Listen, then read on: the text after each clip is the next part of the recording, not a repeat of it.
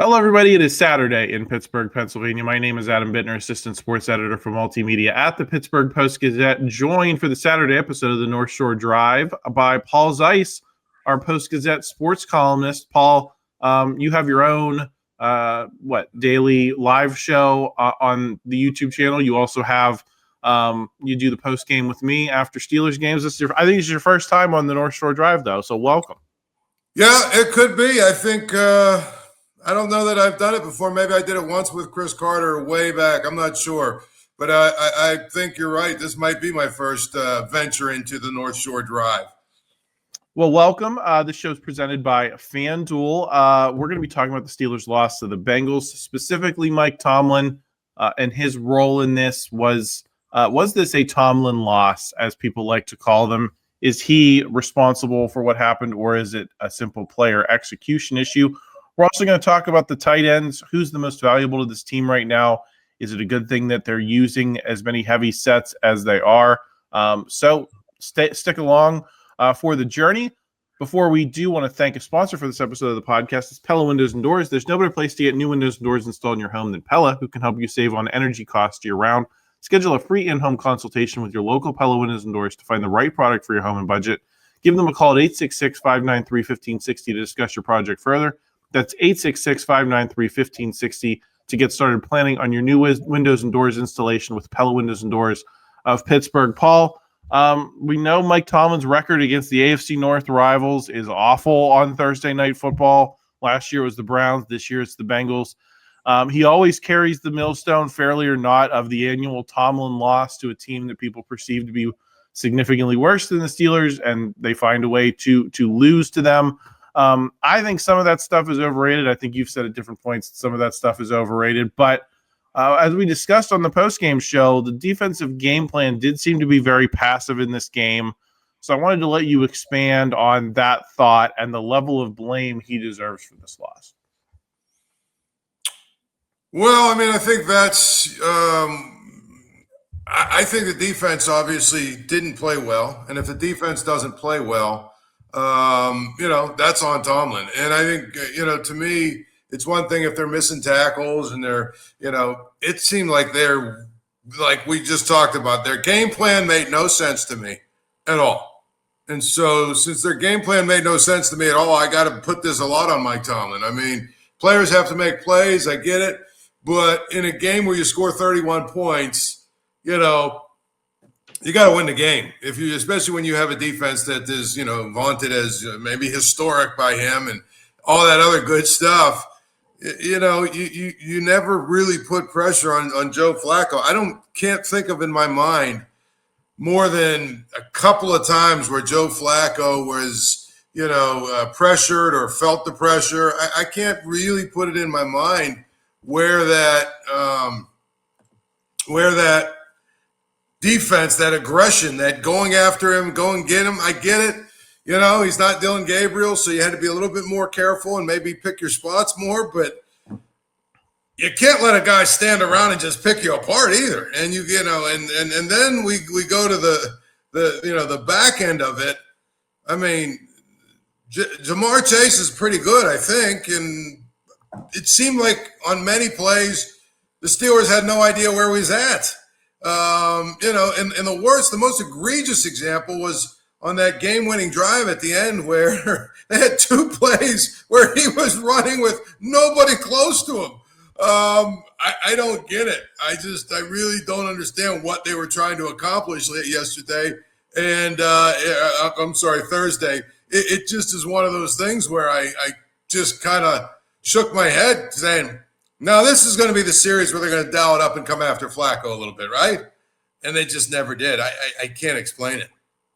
Yeah, they had the sack at the beginning, the sack at the end. In between, you mentioned the Ja'Marr Chase running wild on the game-winning drive. There's a frame all over social media right now pointing out a field goal wins the game, and then it shows the Steelers defense, and they're not within 20 yards of Ja'Marr Chase at the point of that frame. And that one play really got them into field goal range. So, not a great effort. And you mentioned that Mike Tomlin has hyped up this defense as historic himself. He put these expectations on this unit himself in the preseason and training camp.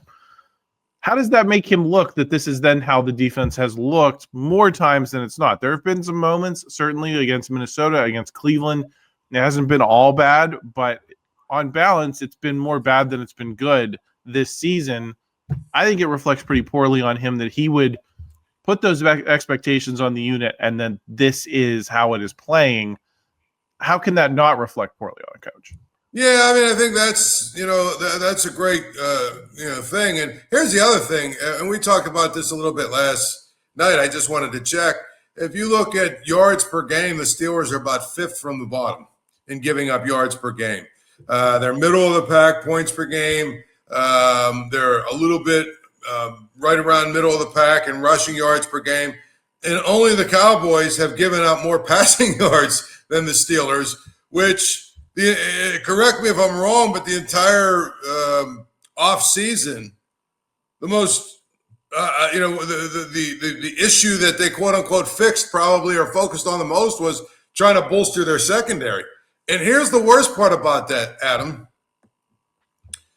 Justin Fields, Sam Darnold, Drake May, Carson Wentz, Dylan Gabriel, and Joe Flacco.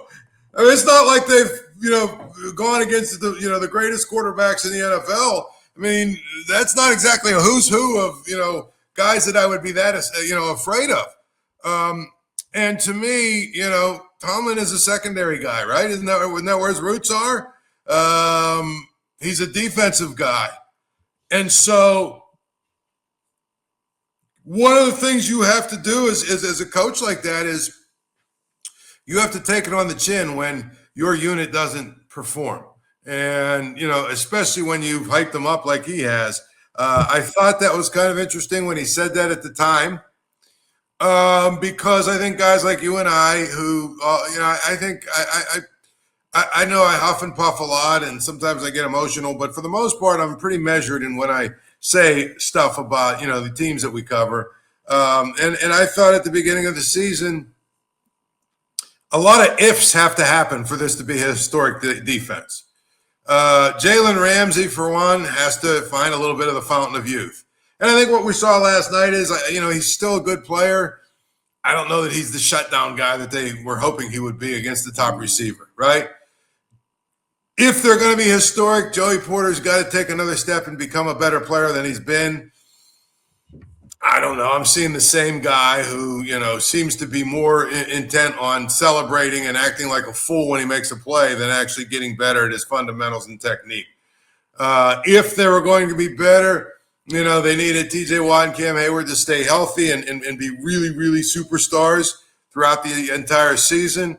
We've seen probably maybe 1.5 superstar performances from TJ Watt and maybe 1 from Cam Heyward out of 5 games.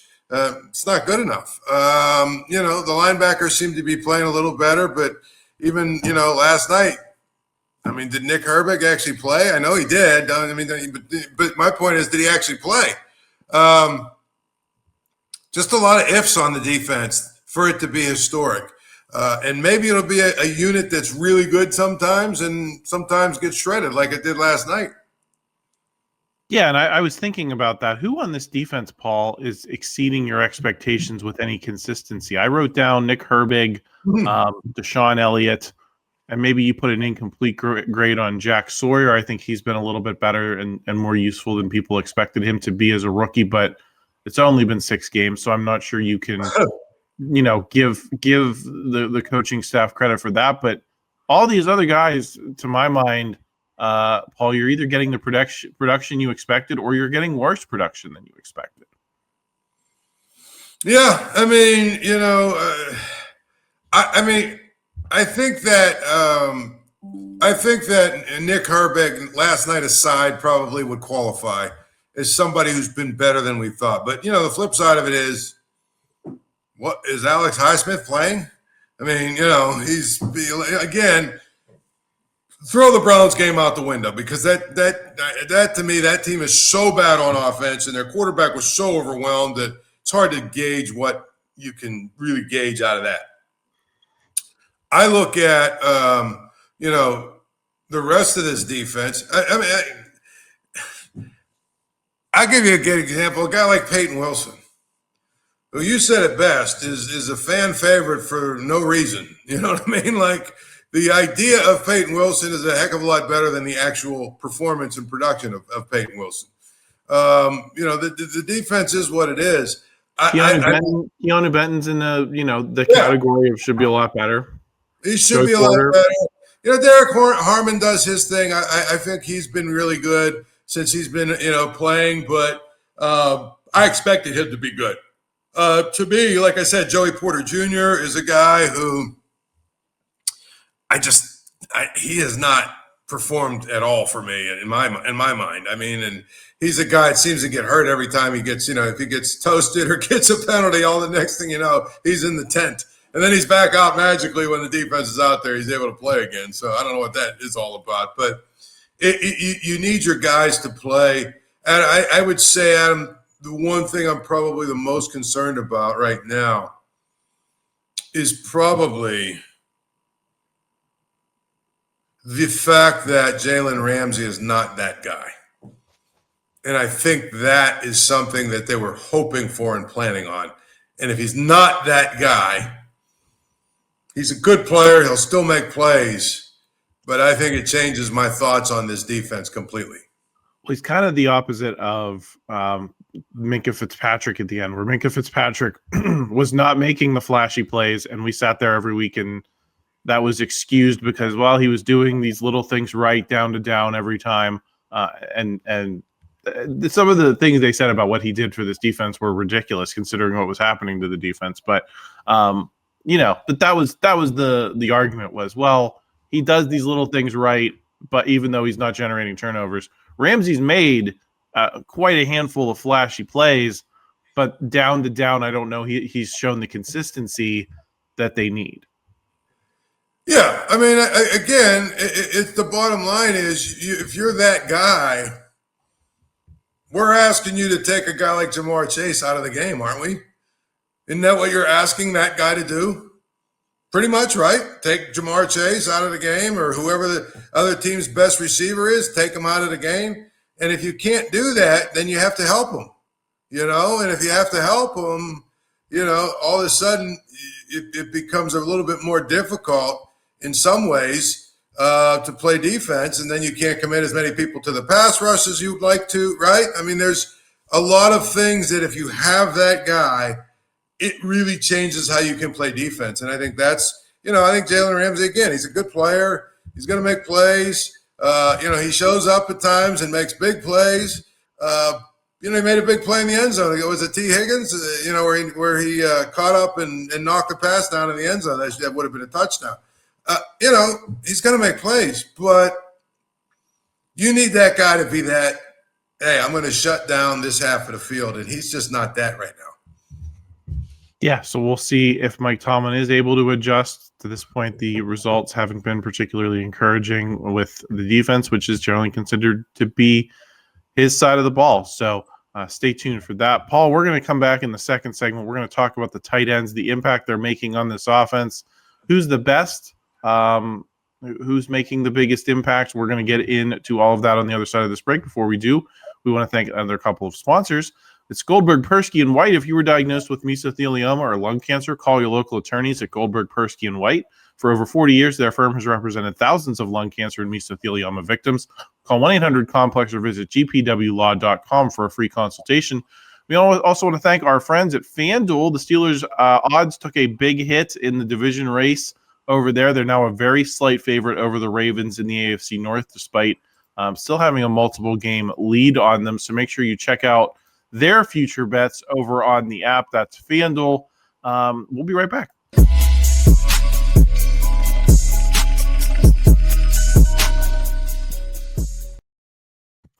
Second segment here on the North Shore Drive podcast. I'm Adam Bittner. He's Paul Zeise. We're talking about the Steelers' loss to the Bengals on Thursday Night Football. And we're going to talk about the tight ends who they had a hat trick, I said on the post-game show, Paul. Darnell Washington, Pat Freiermuth, Jonnu Smith all catch touchdown passes from Aaron Rodgers. So in that sense, I guess the tight end emphasis is working for this offense for Arthur Smith. Who do you think is the best guy in this group right now for this offense?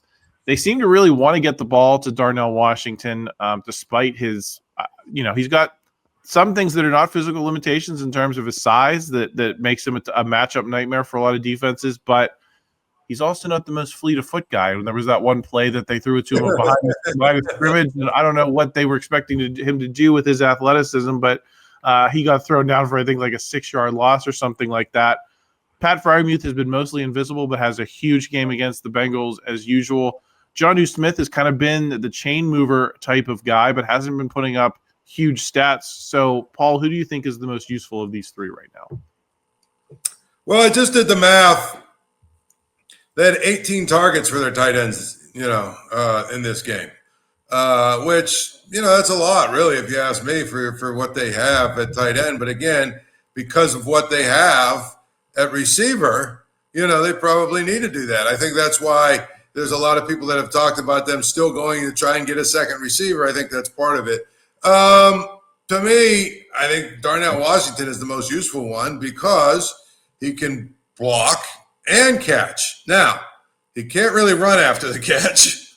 Although the first game of the Browns game, it was any other player on offense, including, I think, a few of the linemen. They would have scored on that first play against the Browns. He can't run, but he's big, strong, physical, got, pretty good hands. They threw the touchdown pass to him. I don't even know what the route was that he ran. What did he just do? He basically just walked into the end zone, turned around, and put his big hands up. He's a good blocker. He's a good run blocker, good pass blocker. So he's probably the most useful for the offense. But again, in terms of who's the best weapon in terms of, getting the ball down the field a little bit and making some bigger plays, probably Pat Freiermuth. And who is probably the best you got at being that steady chain mover? Probably Jonnu Smith. I don't quite understand the Connor Heyward thing, but, whatever. If you want to put him in there, I guess they put him at fullback and tried to throw him a touchdown pass yesterday or something. But you got the other three tight ends. I think they're much, much better, and, they're the three that you're going to go with. But do you really want 18 targets for your tight ends? I mean, if you've got – yeah. That's what I was about to ask. Is this like, are they validated by the way the offense played, putting up 31 points, being open in the end zone as frequently as they were for Aaron Rodgers? Was last night a validation of these heavy sets that they're playing and this emphasis that they're putting on these guys and saying we're going to roll with them because we want to, more so than because we want to go out and get a receiver and work through a second receiver? It seems like they're making the statement that these are our guys.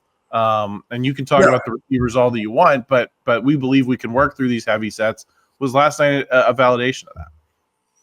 Well, no, because again, the Bengals are so bad on defense. I can't emphasize that enough.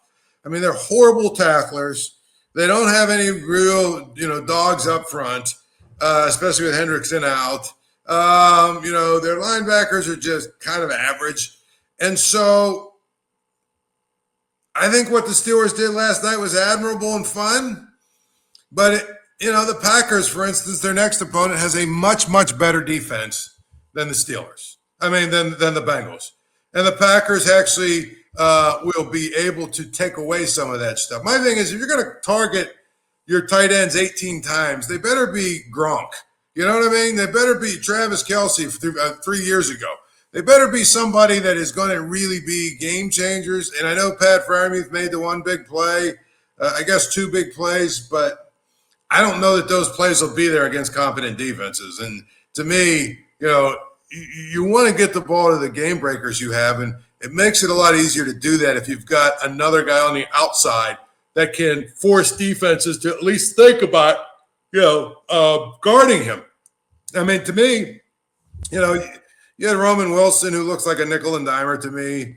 I think Scotty Miller might have caught a pass the other night. Is a nickel and dimer to me. You're making DK Metcalf easier and easier to defend by the way you're trying to play offense. And maybe Calvin Austin comes back, but Adam, how many times do we have to go down the road with Calvin Austin and the idea that he's some kind of superstar before we just kind of realize he's a ham and egger, and that's what he is. And that's okay. I mean, you're a ham and egger in the NFL, you're a millionaire, but I mean, he's not a game changer and a guy that's really going to force defenses to think long and hard about him. Yeah, I think he's perfectly suited as a number 3. I think he'd be a very solid number 3, but in today's NFL, I don't know if he's a solid number 2, and that's how you've cast him. So that's how we have to evaluate him. Excuse me. Paul, how much credit did the tight ends deserve for making this offensive line look good? Amazon had that one replay during the game. I think it was the one long Jalen Warren run where it was basically all 3 tight ends were opening up the hole that Jalen Warren ran through. The offensive line didn't really have anything to do about it. You're bringing them in more. You're providing more protection for him with the tight ends. Is that maybe hiding some of the offensive line warts? Is that the difference between week 1 and week 6? Is that they know the offensive line needs some help sometimes? And, in addition to bringing in Spencer Anderson, that listen, if you've got like basically like 8 blockers out there, Paul, it's pretty hard to give up a ton of pressure, isn't it? Well, that's the one thing. I'm not sure I'm in love with the heavy sets, right? And I'm not sure I'm in love with the fact that you feel like you need 7 linemen essentially, right? 7 or 8 linemen in order to protect your quarterback. I'm not sure what to make, because I look at some of the plays that the offensive line has made. They do some good things at times, but they're still getting beat when they're one-on-one, right? I mean, Broderick Jones, for all the accolades we've tried to heap on him the last 2 or 3 weeks, if he doesn't have help, he's usually getting run around. I mean, a guy is getting around him. So the fact is, I give the Steelers credit for trying to figure out how to mask those issues, but I don't know if it's really – I don't want to use the word sustainable, but I just think against really good defenses, you're going to struggle, and the other part of it is you're not giving yourself the best opportunity to have explosive plays when you're doing that. Paul, we'll get out of this segment on this. Are you considering moving any of these 3 guys if it means you can bring a number 2 wide receiver back at the trade deadline? Or do you need all 3 of these guys to be part of whatever this offense's future looks like? I'm probably trading picks for a receiver. I don't know that I'm giving away anybody from this roster. Again, I think Freiermuth and Washington and Smith, they sort of complement each other, and they each bring a little bit different something to the table. And I think that's important if you've got, a situation like you have with the Steelers with Arthur Smith, where he wants to try and use those guys. Maybe there's less reps for them if there's a true number 2 receiver. So now we start to see some more, 3 receiver sets and all that other stuff. But the bottom line is I don't know that I want to move any of those guys because they all bring something to the table a little bit different. And I think that's, what you're looking for from your personnel packages. Yeah, so it'll be interesting to see what decisions Omar Khan makes there. Paul, thank you for joining me today on the Saturday North Shore Drive. Everyone else, if you're new here, please subscribe to the channel. We'd love to have you along for the ride. We got a lot more coming next week. Please like this video if you enjoyed it. Help us out in the YouTube algorithm. And please consider subscribing to our written coverage on Post-Gazette.com. Do a lot more work over there. We appreciate you listening. We'll talk to you again next week.